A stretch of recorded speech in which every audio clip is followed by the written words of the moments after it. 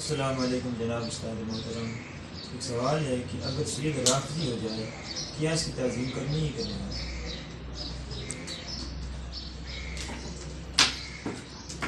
जी वालेकुम अस्सलाम वरहमतुल्लाहि वबरकातुहू। बहुत ही आपने इम्पोर्टेंट मसला पूछा है, अकीदे के मुतालिक मसला पूछा है।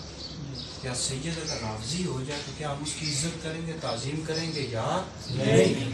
अब ये सोशल मीडिया पर आजकल लोगों ने बहुत ज़्यादा फैलाया हुआ है कि सैयद अगर बदमज़हब भी हो जाए तो भी उसकी ताज़ीम करेंगे। अब इससे मुराद क्या है भाई, समझो।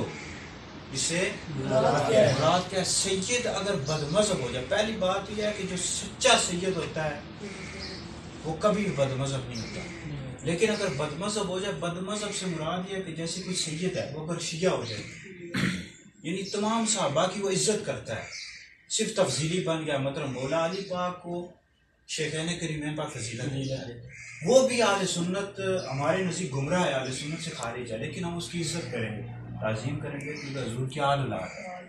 लेकिन अगर सैयद राफ़ज़ी हो जाए, यानी राफ़ज़ी का मतलब है किसी सहाबी को गाली देता है, बुरा भला कहता है, हज़रत अमीर मुआविया रज़ी अल्लाह ताला अन्हु या किसी भी सहाबी को, उसकी ताज़ीम करना हराम है, उसकी हरगिज़ भी इज्जत नहीं करेंगे।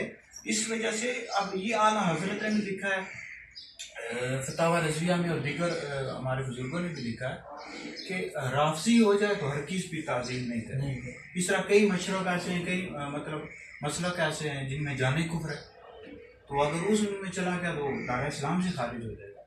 तो बहरहाल अगर तफजीली है तो फिर तो ताज़ीम करें, इज्जत करें। लेकिन अगर राफ़ज़ी हो गया है, साहबा को गाली देता है, उसकी हरगिज़ भी ताज़ीम और इज्जत नहीं करेंगे।